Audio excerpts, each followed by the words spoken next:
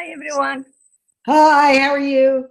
How are Hello, you guys, and welcome to the Woman's Game. And we're doing this in unison nowadays, thanks to the unity. Wait, are my nails done? I can't show my nails. My nails are done. But you guys know by now, her nails are never done. Oh, whatever. Leave me alone. You know, because she's too cheap. But that's, it's so true. that's a whole nother podcast blog. That's a whole nother 45 minutes of rants. Yeah.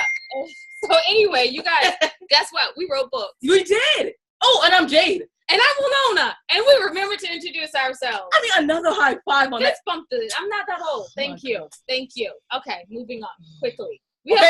So we will. Well, if we're gonna do it quickly, then we'll just the And I Thought series and the Misfit Guide series. You can check out all of that on And Really? Thought. Yeah, she has the books, but we're not going through. You said quickly. You said quickly. Lord. State what you want. That's all I'm gonna say. I give up.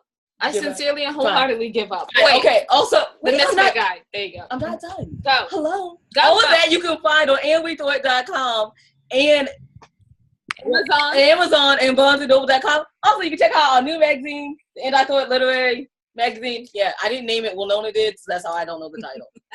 And you can check out the 25 hottest. And we look forward to putting a couple of these people in that magazine this year. Yay! It's gonna be exciting. That's going to be exciting. Okay, so you guys aren't here to hear about us? Oh, wait. Can I just say one thing? No. Because we're in a room full of producers. No! One thing. Yeah. No, I win. I'm done. I win. We were done. No, you won too many. Oh. Okay, no, we're not saying anything else. So, Tegan, would you like to introduce yourself? Would love to. Hello, everyone. My name's Tegan Koziak. I'm originally from the great state of North Dakota / Minnesota. I now reside in Los Angeles, where I'm a producer. I deal in film, television, and digital by myself and with a partner named Sasha, known as Barnes. We currently have 3 features in development, 2 TV series, and a handful of digital content. Predominantly dark-based stuff, so elevated horror, thriller, dark comedy, and things of that nature. So that's what I do. That sounds... I love knowing you, by the way. It's just hilarious. It's just awesome to know you. You're fun and you do poetry. I mean, I'm sorry. Seriously. We were moving on. Seriously, so it was Thief, right? Beef was next, yes. Yes. Hello. Hi, I'm Fief Sutton. I was born in Washington, D.C., and I've lived in Los Angeles forever. I live in South Pasadena now, and I have for the last 30 years. I have been a producer and a writer and all sorts of stuff. I produced Cheers for 8 years, and I worked on Boston Legal and Terriers, and I have been writing Hallmark movies for the past couple of years. I have one on next week, in fact, on October 14th. Darrow and Darrow, A Body of Evidence. Yes. A Body of Evidence. So that's cool. I have I also read books. I have this book out last year, at the end of last year, and this book out this year, From Away and Colorado Boulevard. And I'm trying to keep busy. Okay. Trying to keep busy. I love whenever he introduces himself, he completely forgets like the awards. You'll be like, Oh yes. Because honestly, Maybe you can see them in the background. I'm sorry. Yeah, I have 2 Emmy Awards and a Golden Globe and a Peabody Award and. it's good to brag sometimes. Not all yeah, the time, but a little bit. You know, it's nothing wrong with a little bragging. Yeah. Yes. and you have stuff to brag about. Unlike us. Okay. And yeah. Okay, so Stephanie. I'm Stephanie Duell, and I'm jealous of Fief Sutton's award collection. I am also a television producer. I produced series Haven, Dead Zone, a whole bunch. I sort of wound up in the sci-fi genre and kind of didn't get out. Also been a network exec for a number of years, et cetera, so forth. My favorite unknown little piece of fame is that on the series Haven, I got talked into doing the off-camera role of Laverne, the police radio dispatcher, for 6 years. It was quite fun and different and a good time. And I also write novels, the first one of which was on a lark. When the next one is called Zero Sum Game in the Sid Rubin Silicon Alley Adventures, and this one comes out on December 11th. So Okay. you can pre-order now. Just saying. Oh, okay. Yeah, we'll pre-order. I was like, wait, I haven't seen that book. What happened? Pretty much. Okay, yes, pre-order now. That sounds exciting. And Amy? Yeah, I am originally from Lebanon. I wrote a book, Tears of Hope, my life story growing up in 1975 Lebanese Civil War. Escaped death many times. There is a story in that book. So it's all about living 13 years in the war and telling the story through my eyes as a child. And I came to the United States in 1988. I didn't have opportunity even here, didn't have any education, with fourth grade education, dyslexia, and no money, no education, and a child to raise. I found a way to make it in life, and then finally I became an entrepreneur and author. Now I am a producer of 4 TV shows, and including mine, a speaker, seminar presenter, a coach, and mother, grandmother, and everything in between. So that's why I am a liaison officer for the Women's Federation for World Peace, USA. So I wear so many hats like all of you. But you get to be a grandma. That's important. I have 6 grandkids. Oh my goodness. Okay, so today we got everyone together to talk about producing and television, apparently writing and production. And I am not going to lie, I have been dying to ask this question from before. I had asked the question before if producers and diversity went well, and I believe someone in this room answered that it was the writers who had to write in the diversity. And I have never had a writer and a producer in the same room to answer this question. So who does the diversity, the writer or the producer? So who can I blame that my beautiful black face ain't on TV? I'm joking. I'm so joking about that. Your acting skill, that's who you can blame. Yeah, my acting skills. There you go. But no, for real. So who has the most power over this? Can I answer that one? Go for it. Start with the buyer. Start with the buyer. I mean, you kind of have 2 different things going on. If somebody's not writing diversity, there's nobody to buy it. But if you write it and you go into the room and they say, well, I'll buy this project if you strip out diversity, or if you can change the lead from, a black female woman to Tom Cruise, or et cetera, so forth. So, I mean, it starts at a really basic level of somebody's buying material, and that buyer is in the market seeking something. So, the answer goes all the way down, because no matter, I think, where you pick, the old expression of fish stinks from the head. The next level becomes, okay, you bought somebody's show. Now you're going to build a writer's room. Who's going to be in that writer's room? Is it going to be reflective of society? Or is it going to be, 6 people who all look alike, whatever that alike may be, et cetera, so forth. So it always comes from sort of who has the hiring power. It's not that material doesn't exist. It's who has the power to get that material to another level. And I think that's what you have to look at. And when you look at people that are breaking out, such as an Issa Rae or somebody, it's the material was there. It was getting an opportunity, which meant a buyer bought it and put it out there. Mm-hmm. So that's my take on it. Can I get a writer's take on that real quick? Anybody? Honestly, now she said the buyer. Now I'm like, oh, never mind. I've waited for forever to get this question answered, and it's somebody else's fault altogether. No, it's everybody's fault because it's everybody's obligation. Well, I mean, the writer may write a very diverse cast, but you're right. I mean, if the producer or the production entity doesn't want to hire a diverse cast, then it won't be won't happen. Conversely, the other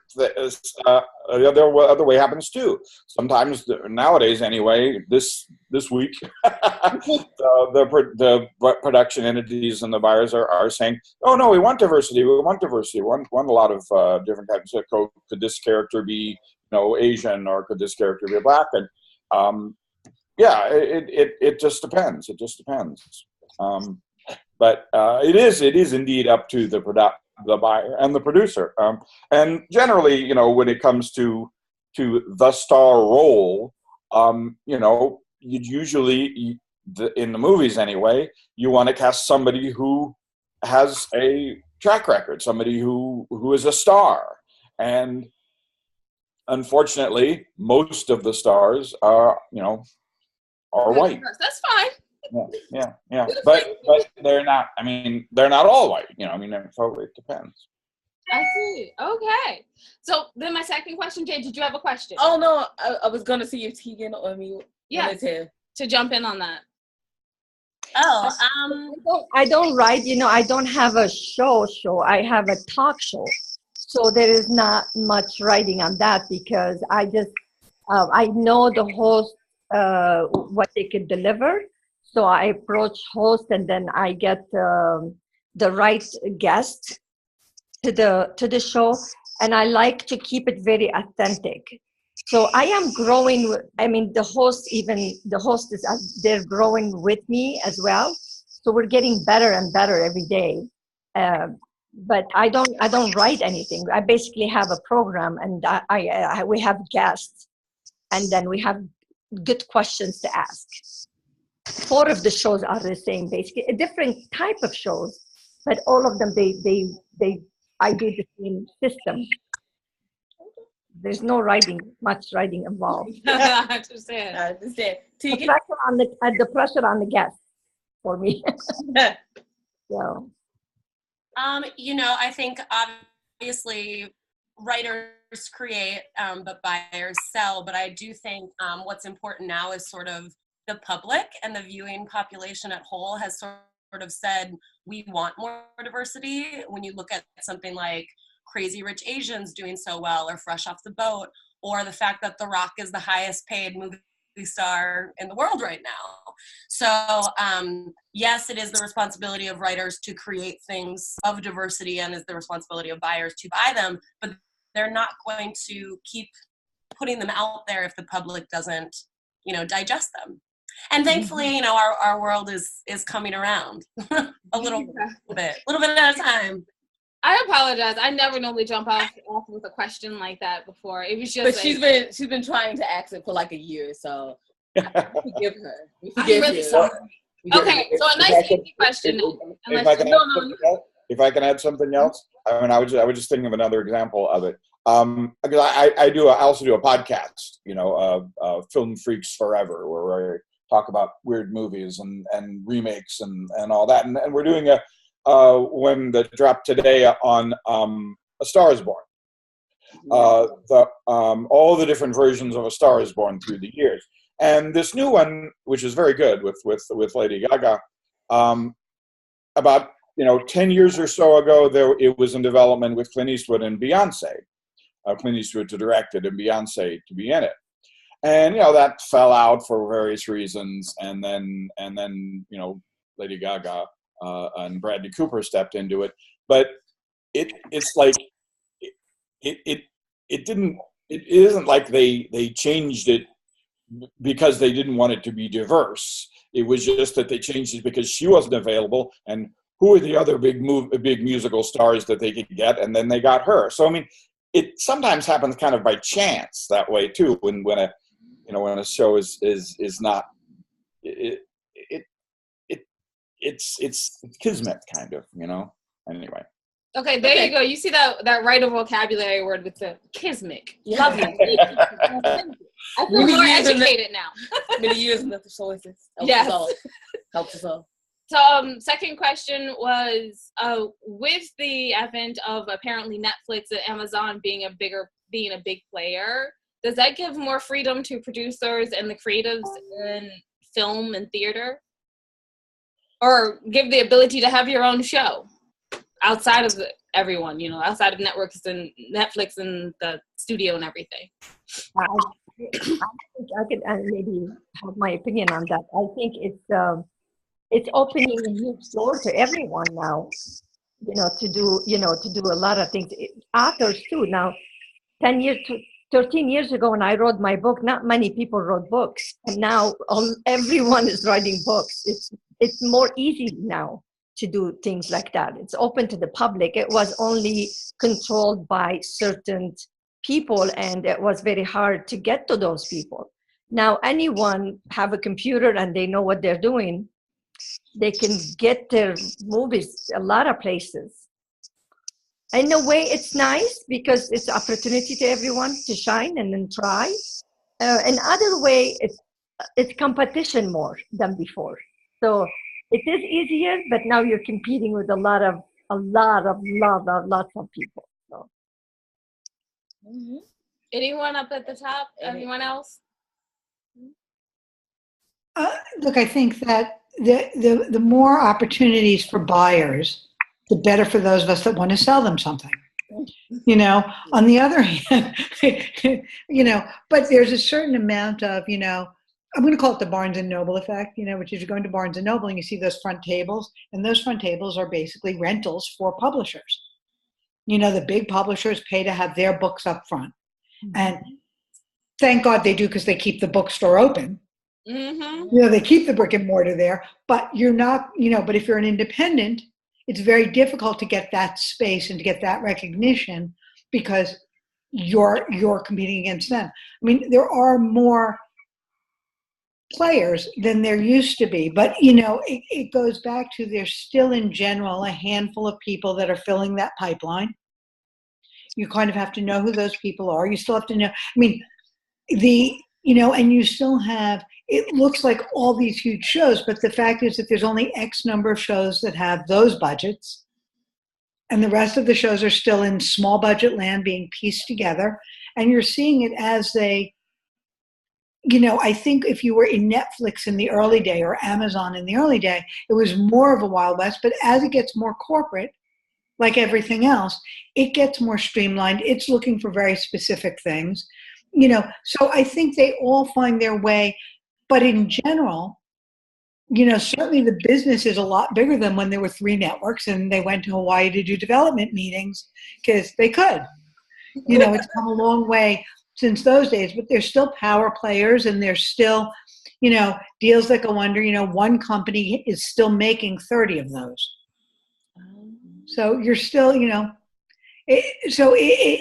some ways it's more freeing, but in some ways, Netflix is doing a series of rom-coms now.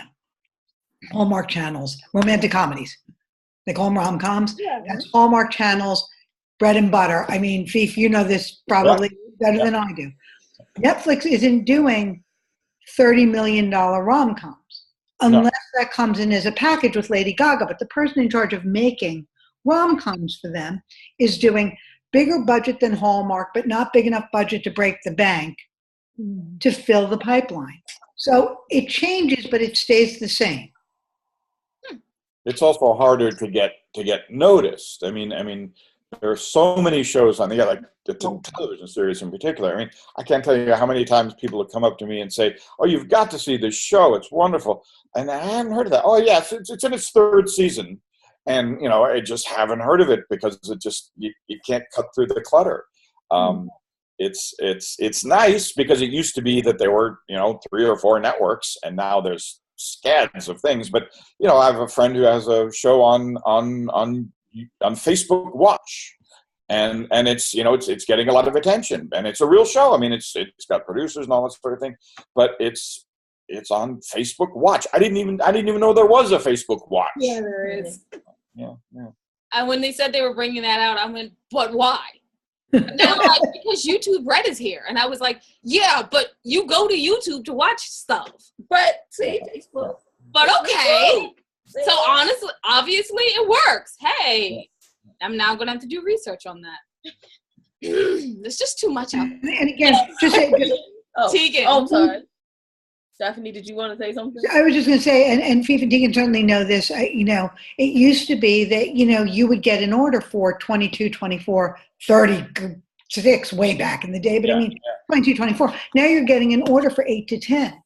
Or 6. So, right. So, how much money can a producer take down on a 6-episode run of something that may or may not get ordered again? So the churn is much higher. Yeah. And the ability to make a living, like, wow, you did this great show, but there were really only 6 episodes of it, and now you haven't worked for 3 years, and you spent 5 years in development for it. Yeah, no, the life of a writer certainly has changed, dramatically, because even if you get a job on a show and it runs for its entire season of 6 or 8 episodes, you immediately have to get around and look for another job. It's. So am I understanding this now that the U.S. is more like the BBC in the fact that they only do 8 episodes per season? A lot of them do. I mean, the networks still do 22 episodes per season, but just the networks. But Amazon, Hulu, Netflix, and all that, they usually do 8 or 10 or 6. Yeah. Tegan? I find a lot of Netflix shows are like in the 10 to 13 range in episodes. But they are getting shorter. I mean, I think that's part of our millennial culture that grew up on YouTube and, watched videos at 2-3 minutes a pop, and then their attention span is gone. So we've really had to kind of dial back in the mainstream to make it more digestible to them. I think the Barnes and Noble analogy is so good because it's true. There's 500 scripted shows on TV, and that's just scripted. When you add in unscripted, you're talking about 1,200 something shows.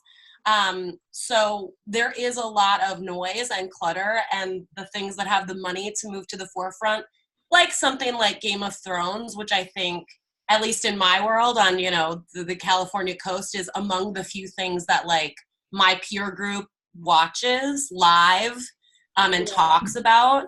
But instead we've moved to this binging culture where lots of people watch a lot of different things, and we're not talking about kind of one central thing because there's just so much out there, and that's because HBO has the money to do so. Well, and also, Tegan, to your point, one of my personal favorite shows is Killing Eve. Yeah. Love Killing Eve. Now, there's a little show that slowly but surely picked up a huge amount of press. I mean, it's on BBC America for those who haven't seen it here. It's Sandra Oh. Now that she's been nominated in the Oscars and all of that, the Emmys, she may very well lift that show to another level. But you're talking about, it's groundbreaking, it's shattering, it's this, it's that. It's got 1.2 million viewers. Mm-hmm. And that's because it set records every week. So it went from 300,000 views. As I said, this is kind of like its first 3-4 weeks of its run, she could have written every viewer a handwritten note and said, thanks for tuning in. I mean, and it was a hit. It was everybody, quote unquote, is talking about Killing Eve, the little show that could. And yet, you're talking about 300,000 viewers. Now, that was a BBC show, so it's slightly different because it's an acquisition model. But nonetheless, that's what it takes to sort of break out of that pack. And now, given the acclaim that it's getting, it may actually, but that's what I mean by, you're talking about numbers that used to be 30 million viewers to be considered a decent run show. They've got 830,000 viewers, and they're like, oh my God, we're setting records, people. Yeah. Yeah, it's like I said, there is a good part of it and not good part of it. The good part is you have opportunity. Like people like me, I don't have a big budget, but I'm producing 4 shows. I get the opportunities actually on television and internet, but it's too many competition. It's everywhere. So what I see right now, what's happening is with everybody is getting their own niche now, basically, kind of. Like you're getting, like I get the Armenians, I have my community, right? And you get popular there. And then every show has its own group of people who's watching. So no more like millions of people watching. You just are lucky if you grab just that small part of your community or whatever it might be. So it's very hard to get the big numbers. I could see that. Yeah, well, you do well, by the way. Yes. I thoroughly, I enjoyed visiting and coming to your show, and and I enjoy following your show. You do well. Oh, I'm sorry. So Jade is telling me it's time to move on. So I did have we're keeping the important people very long. We're keeping the important people very long. I mean, for crying out loud. It's amazing to me just that you guys even come to show up to talk about this. This is great. This is amazing. Thank you. Thank you. So we have the last question because literally. This is the last question. No, my last question. Your last question? Because we're done. Oh. We're done. Well, Nona, just keep it for a whole nother year. Write it down. Oh, that's fine. So my last question is, where can people find you, check out your shows, and what's next? So let's see. We'll start with Stephanie because she's right to the right of me, and then Beef. Well, new book, which can be found, at Amazon, BarnesandNoble.com, blah, blah, blah, blah, blah, bookstores near you. And if they don't have it, make them go and get it, because that would be really helpful.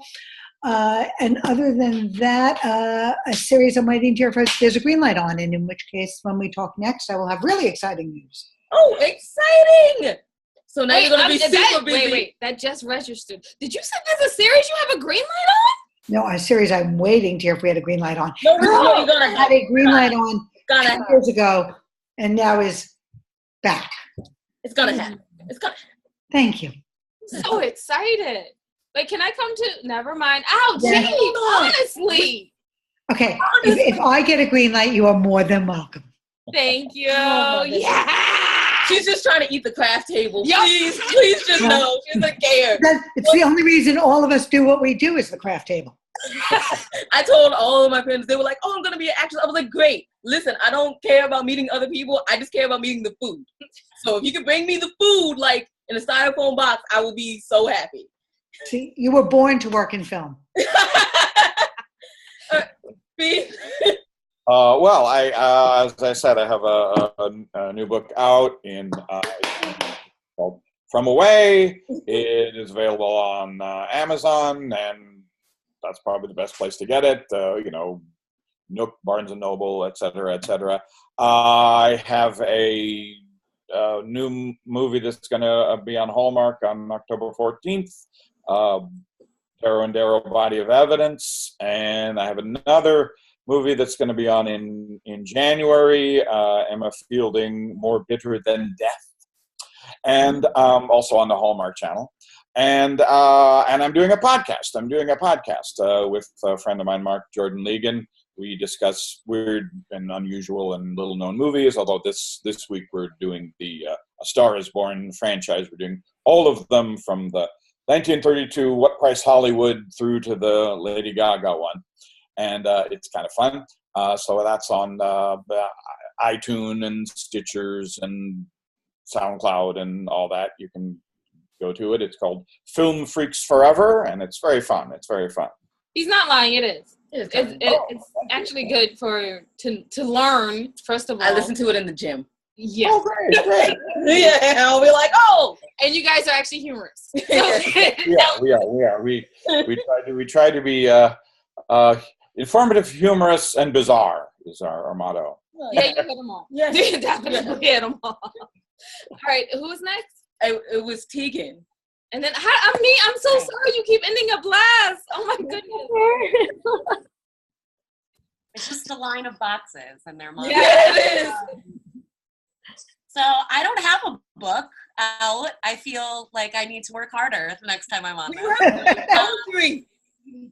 I know. I want to hold up a book. Wait, this is the book Tegan will be in the future. There you go. Yeah, she'll be at the end. I thought too. Sure. It'll work. Sure. You can find me on Instagram and Twitter at Sway. And I will be in Las Vegas next week at the Writers Girls. Yes, you will. And we'll be talking about how to, get you that book. So that'll be exciting. There'll be a couple publishers. So actually, I told one of the publishers you're coming, and I was like, you must speak with her. Do not leave until you speak with her. She writes gorgeous poetry. No pressure. Beautiful. Yeah, that's the least we could do. Because we know you, and that's kind of freaking awesome. Anyway, moving on. Me, I'm sorry. Me? You guys so fun. It's so fun. You should really, you're gonna get popular because you have very good personality. Oh, please. I'm only on 1 cup of coffee, too. So, I'm trying, y'all. I'm failing, but I'm trying. No, the key is you're not trying. You're being yourself, and that's beautiful. So that we can enjoy that. People enjoy watching that. I don't have my book with me, so Tears of Hope, my book. And but you could have it, get it from Amazon, Barnes and Noble. You could order it from there. But you can go on my website and see everything I'm doing. AK TV shows with the s.com. AK TV shows. You could download my book for free and see everything I'm doing over there. Watch my show and everything. So. Yes, thank you. And don't forget to watch our episode. Wait, we don't have our second our episode. We have a we have an episode. Yeah. I like we sounded smart. Oh. Anyway, and then you can watch us on book. Do we ever really sound smart though? When we're reading our poetry, that's when we sound very, very smart. In fact, people get surprised. They're like, oh, beauty and brains. We're like, yeah, it's amazing. And then we hit our angles. That's what we do. Yeah. You have an interview with I wanted to say something. Yes, I am. Yep, we're all the time. No, but I'm saying it anyway. So I just want to be like, so Ami, I think, and Tegan are going to be probably making guest spots on our little tiny show, our little tiny TV show. Tiny. Because as Ami said, we have opportunities. So there we go. We have a tiny TV show. Don't give Winona an opportunity. She's taking it. Oh, yeah. Especially with the craft table, Stephanie knows she's there. Is it rude if I bring my own? Because I have boxes in my room and it literally says craft table underlined. Yep. I interview actors talking about, so do you have a craft table? Because I'll be in LA. And they're like, yeah, there's a craft table. And I was like, I'm going to send you the dates. I got the box. Okay. We've kept them long enough. You guys, you can check out everything that we are doing, Just Writing Life, the docuseries and everything on andwethought.com. Our books are on amazon.com, barnesandnobles.com. And thank all of our guests for showing up today. We know you're busy. So every year it's astonishing. I'm like, we appreciate it deeply. And remember that wisdom is all around you if you're open to finding it and accepting it. So peace and love, you guys, from Winona. Don't show your nails and Jade. Bye-bye.